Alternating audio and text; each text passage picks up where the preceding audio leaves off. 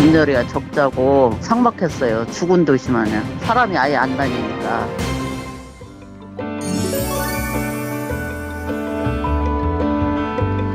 너무 이렇게 삭막하면 관광객들도 와가지고 소문이 나쁘게 날 것 같으니까 문들을 다 열자 이렇게 해가지고 3월 달부터 조금씩 열고.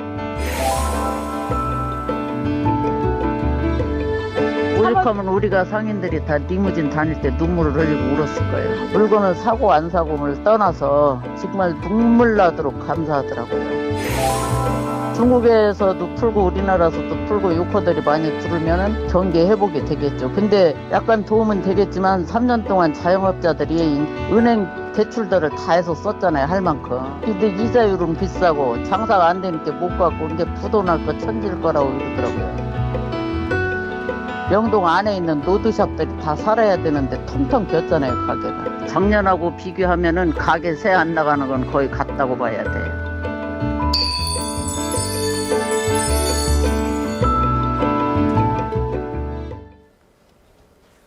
거리에서 들리는 낯선 언어가 이렇게 반가울 수 있을까요? 리무진만 봐도 눈물이 난다는 명동 상인의 말씀 한마디에 참 많은 의미가 담긴 것 같습니다. 이렇게 상권의 활력이 돋기 시작했지만 지역마다 업종마다 회복 속도는 좀 차이가 있다고 합니다. 이유가 무엇인지 자세하게 짚어봅니다. 부동산 분석 전문 기업 빅데이터 분석실 진원창 실장 나오셨습니다. 어서 오십시오.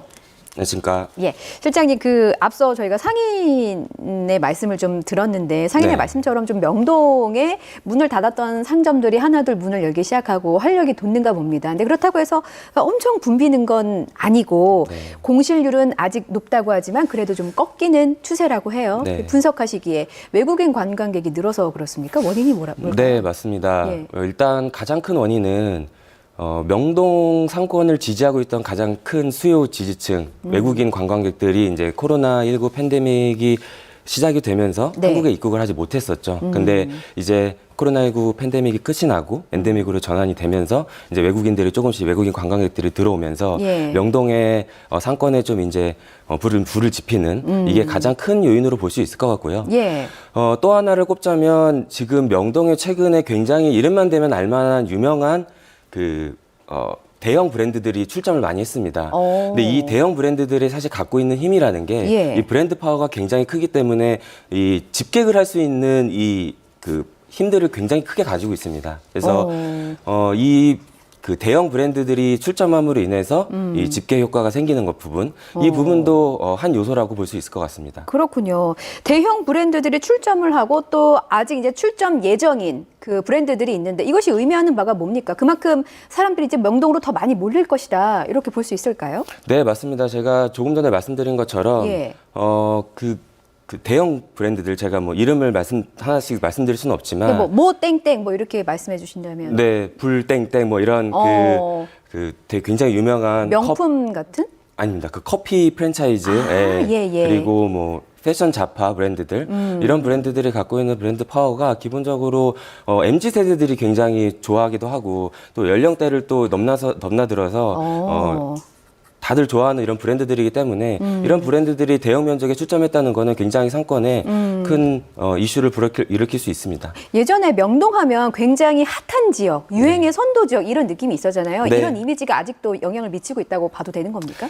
기본적으로 명동은 우리나라에서 대체 불가능한 넘버원의 상권입니다. 물론 코로나19 시절에 사실 공실이 좀 많이 생기면서 사실 외국인 관광객들이 들어오지 않으면서 화장품 업종을 중심으로 공실이 많이 생기면서 마치 이제 을신연스러운 그런 거리의 모습을 좀 보여주긴 했었으나 과거부터 지금까지의 쭉 그 시계열로 보면은 명동은 사실 국내 1위의 부동의 탑티어 상권이라고 보는 게 맞으실 것 같습니다. 그렇군요.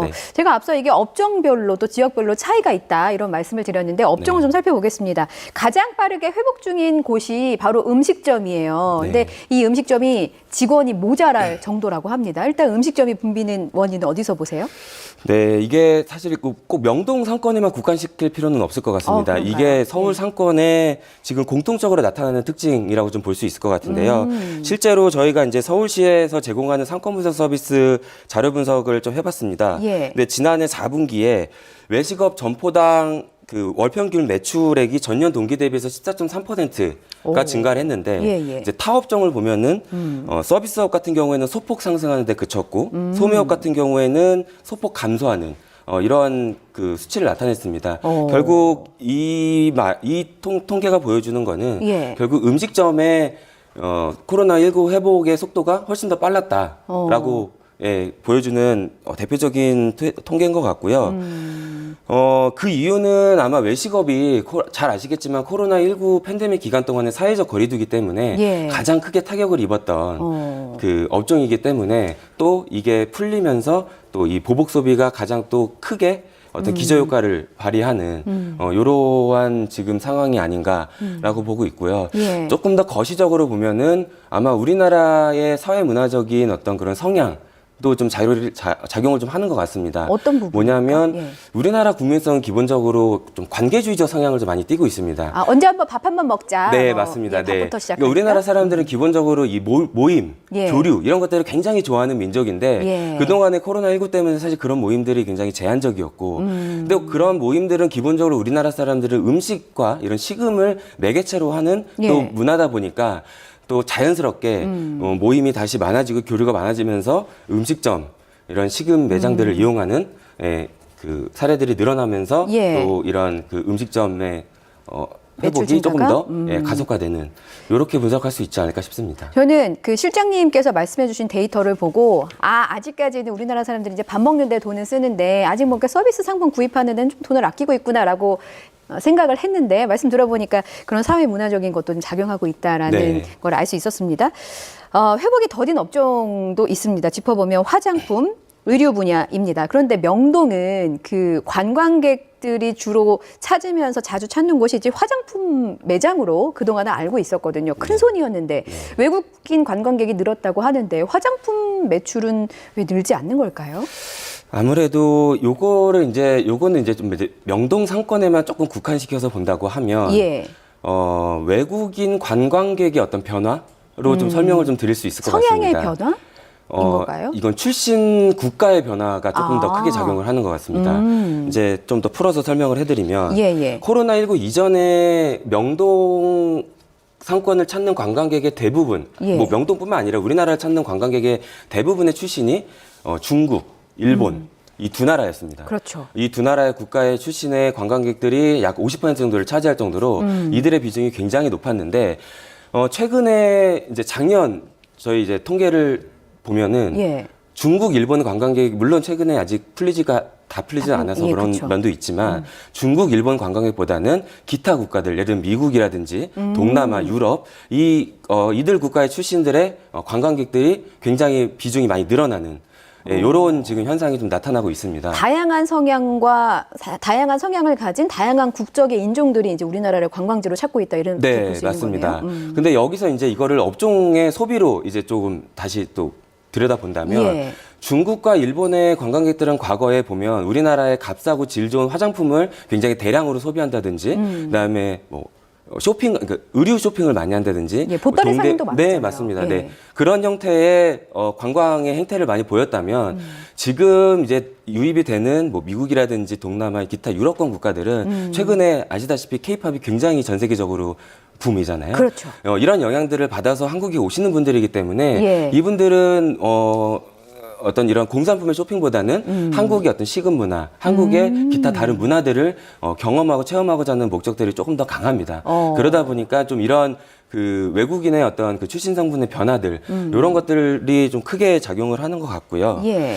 또 크게 이제 거시적으로 조금 보면은 예. 이거는 한국 시장의 어떤 소비 시장의 변화와도 좀 맞물려 있다라고 좀 볼 수 있을 것 같습니다. 이건 또 뭘 의미하냐면 예. 화장품이나 의류 같은 소비재들은 과거 21년도 기준으로만 봐도 온라인 침투율, 그러니까 온라인을 오프라인으로 구매하지 않고 온라인으로 대체로 구매하는 이 비중이 이미 30%를 넘어섰습니다. 혹시 마스크 때문에 이제 여성분들이 화장을 좀 덜 하는 이유도 있습니까? 뭐 그거는 코로나19 19 그 팬데믹 기간에는 예. 아무래도 그런 부분들도 당연히 영향을 미치기는 할 텐데 이제 명동의 어떤 그런 오프라인 상권 요것만 조금 보자고 하면은 이제 외국인들의 구성비 변화, 그다음에 뭐 우리나라 소비 전체적으로 봤을 때는 말씀하신 것처럼 앵커님께서 말씀하신 것처럼 그 코로나19 기간 동안에 여성분들이 화장을 조금 덜 해도 되는 예. 이런 부분들도 좀 작용하지 않았을까. 뭐 최근에는 이제 국제 원자재 가격이나 이런 것들도 워낙 많이 뛰고 하다 보니까 이런 부분들, 네, 그런 국제 경제 정치 부분들도 예. 많이 작용을 하는 것 같고요. 그렇군요. 마스크 썼을 때 외출할 때 화장 많이 안 해서 참 편하고 좋았는데 이제 마스크를 벗다 보니까 그런 생각도 하게 됐습니다. 또 다른 상권 볼게요. 지금까지 이제 명동을 살펴봤고 명동, 강남역, 성수, 뭐 을지로 이런 지역들은 회복세라고 하는데 홍대, 가로수길 이런 곳은 아직도 한산하다고 합니다. 이런 지역들은 항상 뭐가 젊은 청년들이 가득하고 에너지 있는 상권 이렇게 좀 생각이 됐는데 왜 이 지역들은 차이가 나는 걸까요? 사실 지금 앵커님께서 언급하신 이 상권들 간에 예. 어떤 상권의 회복세라든지 이런 부분들이 뚜렷하게 갈린다. 뭐 이렇게 사실 현재 이렇게 말씀드리기에는 조금 제한적이긴 한 것 같습니다. 그런가요? 근데 분명히 상권 간의 차이는 어떤 지금 상권 간의 활성화라든지 분위기라든지 이런 부분에 있어서는 조금 네, 차이가 좀 있기는 합니다. 예. 그러니까 이게 뭐냐면 과연 이 상권의 차이에서 기인하는 거는 뭐 최근에 이제 개인 소셜 네트워크 서비스, 인스타그램에 올릴 만한 어떤 그런 컨텐츠들이 지속적으로 공급이 되지 않느냐. 우리가 이거를 신조어로 인스타그램어블이라고 얘기하는데, 인스타그램 플러스 에이블을 합쳐서 인스타그램어블이라고 하는데, 네, 이러한 인스타그램어블 컨텐츠가 지속 공급이 되냐 안 되냐가 어떤 이 상권의 분위기와 활성화에 좀 차이를 미치는 것 같습니다. 그렇군요. 상권 분위기와 활성화 이제 말씀 나누고 있다 보니까 이제 임대료 얘기를 또 안 할 수가 없네요. 사람들이 많이 몰리게 되는 지역은 아무래도 이제 그 임대료가 급격하게 오르기 마련인데 실제로 보니까 활기를 띠고 있는 지역은 벌써부터 임대료가 들썩이고 있다라는 데이터가 나왔나 봅니다. 어느 정도나 올랐습니까? 네, 맞습니다. 서울시가 얼마 전에 발표한 2022년도 상가 임대차 실태 조사를 좀 살펴보면 주요 예. 상권의 통상 임대료가 전년 대비해서 6.6% 증가한 걸로 나타났습니다. 그리고 실제로 이제 저희가 주요 상권에 계약된 실제 계약에 체결된 임대차 예. 계약 체결된 그 사례를 바탕으로 분석한 결과를 보더라도 주요 상권마다 조금 차이는 있지만 예. 뭐 주요 상권을 기준으로 보면 코로나19 그 이전 대비해서 예. 약 40%에서 85% 수준까지 임대료가 지금 올라온 걸 좀 확인해 볼 수가 있습니다. 오. 부동의 1위 명동 땅값 비싸기로 유명하잖아요. 네. 근데 보니까 지난해 이미 16%나 올라서 네. 이제 뭔가 명동에 좀 임차를 해야 되겠다 싶은 상인들이 빈 상가 찾아서 봤더니 또 여기조차도 비어 있지만 또 너무 올랐다 이런 얘기도 있고요. 계약을 못하는 경우도 속출하고 있는가 봅니다. 네, 사실 명동 상권이 굉장히 원래부터 그 임대료가 비싼 상권이기는 했습니다. 예. 그리고 그 아까도 이제 말씀드린 것처럼 저희가 실제로 분석한 임대차 계약 사례를 보더라도 코로나19 이전 대비해서 명동 상권 같은 경우는 약 70% 수준까지 올라오고 있는 상황이거든요. 그리고 명동 상권은 말씀드린 것처럼 우리나라에서 가장 임대료가 비싼 상권이다 보니까 예. 기존에도 명동의 특히 메인로 같은 경우에는 비싼 임대료 때문에 사실 자본과 규모를 갖춘 대형 그 브랜드들이 예. 정도만 출점이 가능한 그런 사실 상황이기는 했습니다. 그렇군요. 네. 그러니까 임대료는 그 코로나 이전 수준에 빠르게 접근하고 있는데 몰리는 관광객들은 그 이전 수준만큼은 되지 않다 보니까 뭔가 자본력을 갖춘 대형 매장들만 입점할 수 있고 작은 가게들의 상인들의 경우는 아직 좀 어렵다 이렇게 봐야 되겠네요. 네, 지금도 명동에 출점을 계속하고 출점을 예정 중인 이런 브랜드들도 보면은 예. 대부분 다 대기업 또는 어떤 자본력을 갖춘 대형 브랜드들 위주이긴 합니다. 그렇군요. 네. 정부가 어제 내수 활성화 대책을 발표했습니다. 보면은 여행 허가 면제, 공짜 항공권 이런 혜택들이 있더라고요. 근데 이런 혜택들을 좀 제공하게 되면 외국인 관광객을 유치하는데 늘리는데 더 많은 도움이 될 거라고 보십니까? 네, 아무래도 뭐 도움이 될 거라고는 보고 있습니다. 예. 근데 다만 사실 어제 나온 정책들이 대부분이 이제 수요자, 그러니까 상권을 소비하는 그 소비자들의 중심으로 정책들이 많이 나온 것 같아요. 근데 사실은 상권을 이루는 플레이어들은 소비자뿐만 아니라 예. 그 상권에서 제가 말씀드린 것처럼 컨텐츠를 계속 공급하는 이 상인들도 소상공인들도 사실 대상 중에 하나거든요. 상권 활성화의 대상 중에 하나이기 때문에 또 이들이 힘이 나서 또 이렇게 장사를 할 수 있는 그런 환경을 조성하는 또 정책들도 같이 필요하지 않을까 하는 게 제 생각입니다. 예, 지금 정부 정책의 부족한 부분을 짚어주셨고 또 이 부분도 질문을 드릴게요. 저희 방송 보시는 상인분들이 앞서 뭐 상권마다 지역마다 좀 차이가 있고 그래서 상인들은 이제 연구를 하셔야 될 것 같아요. 앞으로 어떤 부분들에 좀 더 집중을 해야 손님을 더 많이 끌 수 있을까? 혹은 젊은 청년층, 내가 팔고자 하는 매출의 타깃층을 내 가게로 끌어오려면 어떤 부분을 좀 집중해야 될까 고민하실 것 같거든요. 아까 네. 인스타그램업을 말씀을 해주셔서 네. 상권 활성화를 위해서 상인분들이 어떤 부분에 좀 집중하고 공부를 하면 좋을지, 연구하면 좋을지. 최근에는 사실 상권이라는 것 자체가 어떻게 보면은 그 상권이 가지고 있는 그 고유의 컨셉 그리고 상권의 어떤 그런 컨텐츠 예. 사실 이런 부분들로 상권의 활성화 정도가 좀 보이고 집객이 많이 되는 그런 좀 트렌드들 좀 보이고 있습니다. 그래서 예를 들면 한국의 브루클린이라고 얘기하는 성수, 그다음에 뭐 을지로의 별명이 힙지로 이런 것처럼 예. 사실 성수나 을지로가 갖고 있던 기존의 어떤 상권의 그 컨셉에 예. 새로운 그 크리에이티브한 어떤 그런 리테일들이 결합이 되면서 이 상권을 만드는 것처럼 자기 그 상권에 상인들이 다 이렇게 똘똘 뭉쳐서 우리 상권만의 어떤 스토리를 좀 부여할 수 있는 이러한 어떤 노력들이 좀 선행이 돼야 되지 않을까 싶습니다. 예를 들면 YTN의 경우 젊은 시청자를 뭐 끌어들이려면 힙TN 뭐 이렇게 좀 지어내면 좀 더 네, 뭐, 많이 할 수 있을지. 네, 뭐 그런 것도 뭐 좋은 얘기는 하고요. 아무튼 최근에 말씀하신 것처럼 이제 MZ 세대들이 소비 세대로 이제 쭉 올라오면서 예. 소비의 주요 세대로 쭉 올라오면서 MZ 세대들이 선호하는 어떤 그런 트렌드들 예. 그리고 그들이 어떤 성향을 갖고 어떤 거에 열광하는지를 굉장히 면밀하게 분석하고 또 그거를 상권에 그리고 본인의 그 가게에 담아내는 네, 이런 노력들이 굉장히 필요할 것 같습니다. 예, 저희 농담에 당황하셔서 네. 사과드리고 저희도 이제 시청자에게 소구할 수 있는 뉴스를 전달하기 위해서 좀 많이 연구하고 노력하겠습니다. 지금까지 부동산 분석 전문기업 빅데이터 분석실 진원장 실장님과 함께했습니다. 말씀 잘 들었습니다. 네, 맞습니다.